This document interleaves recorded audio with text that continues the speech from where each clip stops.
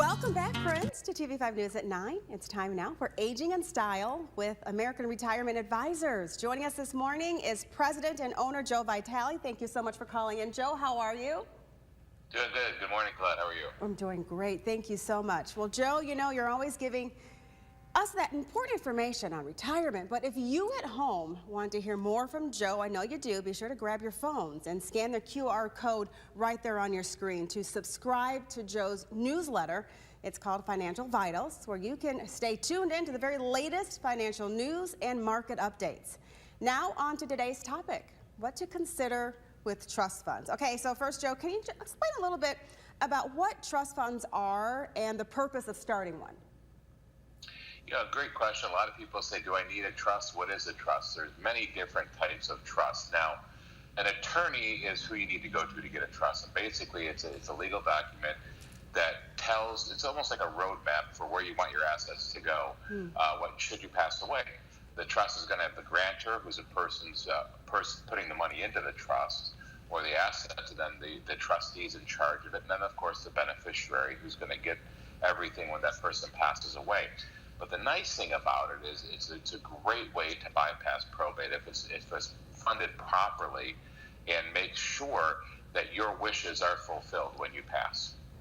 Now, Joe, what is the best way to find a trust or to make sure that everything bypasses probate after you do the legal work? You know, the best way to get a good attorney who's a good estate planning, elder law attorney. Carol Thomas is great. We know her very, very well. And to make sure that once you get the trust, a lot of people, they get it, they're like, oh, great, I have my trust. They put it on the shelf and the documents sit there in the safe and nothing happens. Well, you need to fund it properly. And that's where we get involved in making sure that the trust is funded properly and assets properly go into the trust. So then when you pass, it goes right to who you want it to go to. And, you know, if you don't do that, then there is a catch-all, which is sometimes a pour-over will, which will pour assets in there. But we see too many times people do not take the steps to fund it properly, and unfortunately, there's issues where there really shouldn't be any issues. So, Joe, does someone really need a trust or power of attorney? That's great. Those are two different things. Now, the trust is, not everybody needs a trust. I'm going to say that majority of people do, especially if you have a house.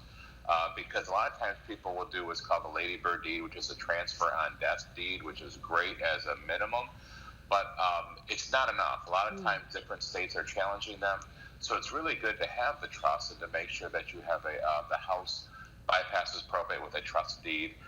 Power of attorney is extremely important, but you have to remember a power of attorney will cease at death. It's only valid while the person is alive, and basically that power of attorney has the ability to step in your shoes and a good financial power of attorney and make sure they can pay all the bills and basically do anything you can do. But very, very important that power of attorney ceases at death, and that's why the trust is so important, to make sure that everything bypasses probate. Okay, great info. We need you to break down some more terms for us. So tell us, what is a beneficiary review and why is that review so important?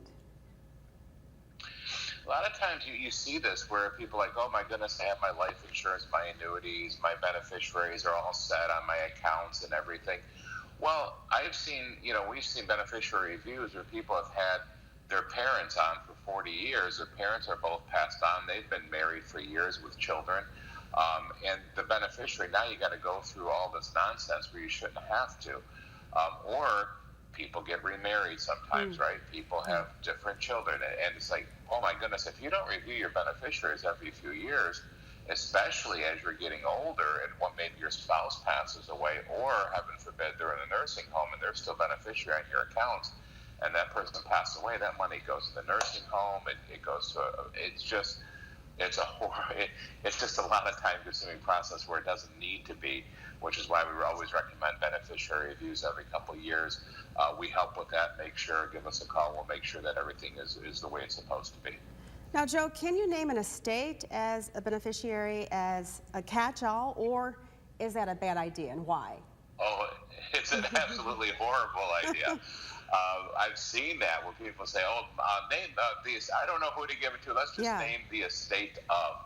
What you just did is you just told that everything's going to go through probate now, where you had an annuity or you had a life insurance, that would bypass probate automatically. But when you named the estate as beneficiary, you are telling it it's going through probate, and now you've got to go through the probate courts, which is horrible.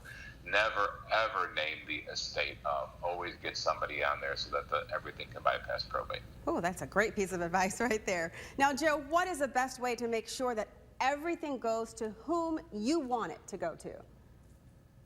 You know, the best way is with the beneficiary reviews. Yeah. Also, in the trust, there's another page you can add on there. There's instructions you can add in there.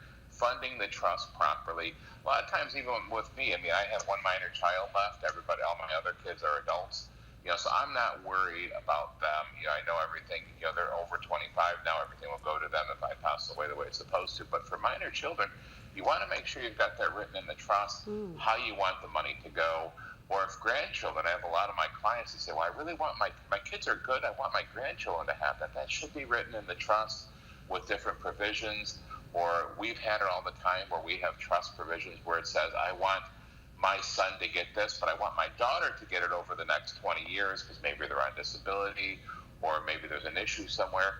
So making sure you can pretty much customize that trust any way you want to with those provisions to make sure that when you pass, all your wishes are fulfilled and it goes exactly the way you're supposed to go. Okay, tie this all up for us. Any last-minute message or advice for our friends out there? All I can say is the best thing to do is too many people take it for granted, and it's so easy. I had one of my clients who I told him to get a trust. You need a trust right away. He passed away very unexpectedly, and all of our stuff, all of the stuff that we had went right through probate to his kids. Unfortunately, he never took my advice. His house went through probate. It's still tied up. It's absolutely horrible. There's an ex-spouse. Best thing to do, give us a call. Our number's right there. We'll help you through it. Get a hold of Carol Thomas, great attorney, to help with everything. And the best thing, get those reviews done. We'll help you with it. We'll make sure for just a little bit of time, it doesn't take long at all. And my gosh, it will save a ton of time and money down the road. I love it. Plan ahead and ask Joe. Joe knows. Thank you, Joe. Appreciate it. Thanks so much, bud. Take care. Of course, you as well. For the latest financial news and market updates, be sure to subscribe to Joe's newsletter, Financial Vitals. And if you want more information about today's topic, just head on over to the Aging and Style page. That's at WNEM.com.